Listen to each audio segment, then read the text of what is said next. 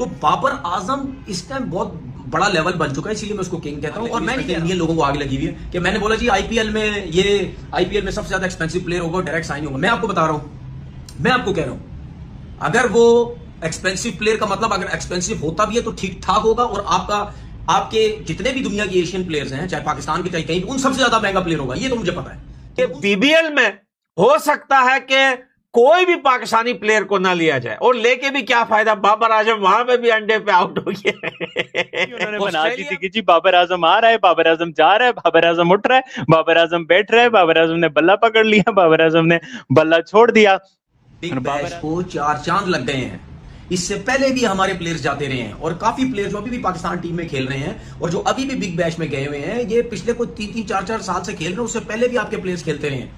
कभी भी इतना इंटरेस्ट पाकिस्तान की क्रिकेट में लोगों में कभी भी नहीं हुआ। मेरा अपना कभी ध्यान नहीं गया बांग्लादेश ये इसको बिग बैश लीग में, मेरा कभी भी ध्यान नहीं गया, ठीक है ना। मैंने कभी सोचा कि यार इस लीग को देखो, क्योंकि हमारे तो पहले भी प्लेयर्स जा चुके हैं। लेकिन सिर्फ इस वक्त, चाहे मैं हूं चाहे कोई भी है, सबका इंटरेस्ट बाबर आजम है। इससे अंदाजा लगाओ, जो मैं बार बार बोलता हूं, अल्लाह जिसको इज्जत देता है कोई माई का लाल उससे नहीं छीन सकता, ठीक है। ये मैं उन लोगों के लिए बातें कर रहा हूं जो एजेंडा बेस्ड गंदे घटिया लोग अपने यूट्यूब चैनल, अपने सोशल मीडिया बैठ के हर वक्त बाबर आजम के अगेंस्ट बातें करके उसकी धजियां उड़ाते रहे सब कुछ। अब वही लोग बैठ के बाबर की तारीफें, बाबर यूं, बाबर ये, देखें कितना मशहूर है बाबर के फलाना, मतलब यानी वो पागल हुए में ऑस्ट्रेलियंस उनके पीछे, ये वही लोग बातें कर रहे हैं। बाबर आजम फेल हुए थे।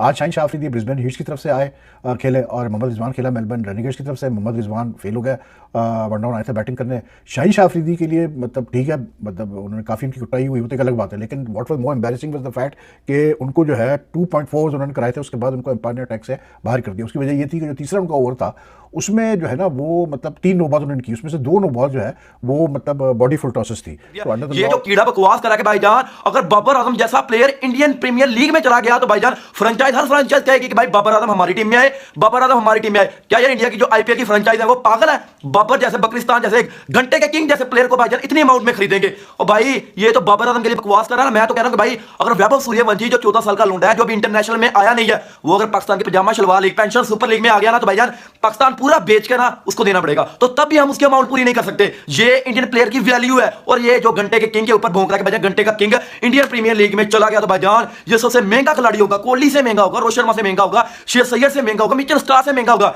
ये जो घंटे का किंग है, इसके भाईजान काम चेक करें।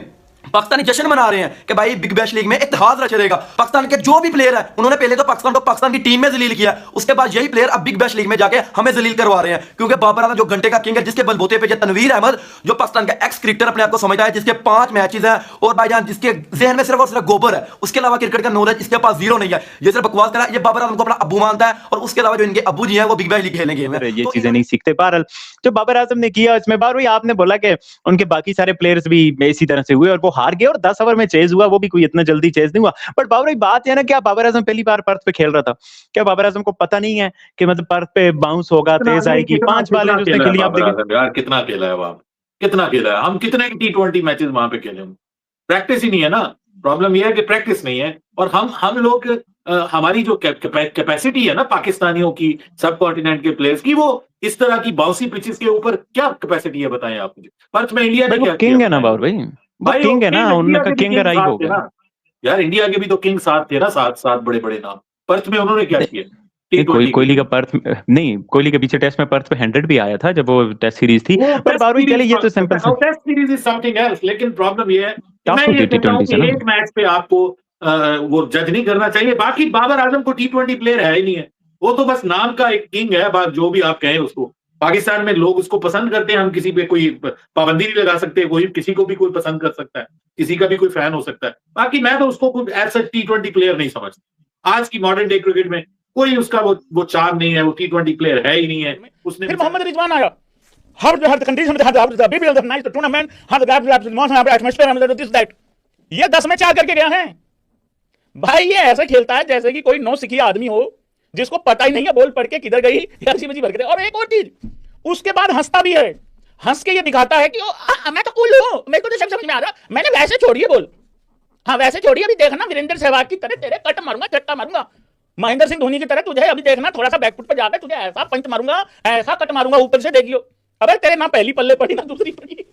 और मजे की बात, तेरे तीसरी भी पहले नहीं पड़ी यार भाई। मैं सच्ची बता रहा हूं, कल लोगों ने लिखा भैया शुभमन गिल की बल्लेबाजी देख के करे बाबर आजम के लिए इज्जत बढ़ गई। मैं फिर बता रहा हूं तुम लोगों को, तुम फिर आ गए ना वहीं पे, तुम लोगों ने फिर इसकी देगी, अब तुम्हें शुभमन गिल के लिए इज्जत दोबारा बढ़ गई कल वाली पारी के लिए, उस पर्टिकुलर पारी। इन तीनों की जो पाकिस्तानी प्लेयर्स जो बिग बैश में गए हुए उनकी बहुत हाई बनी हुई है।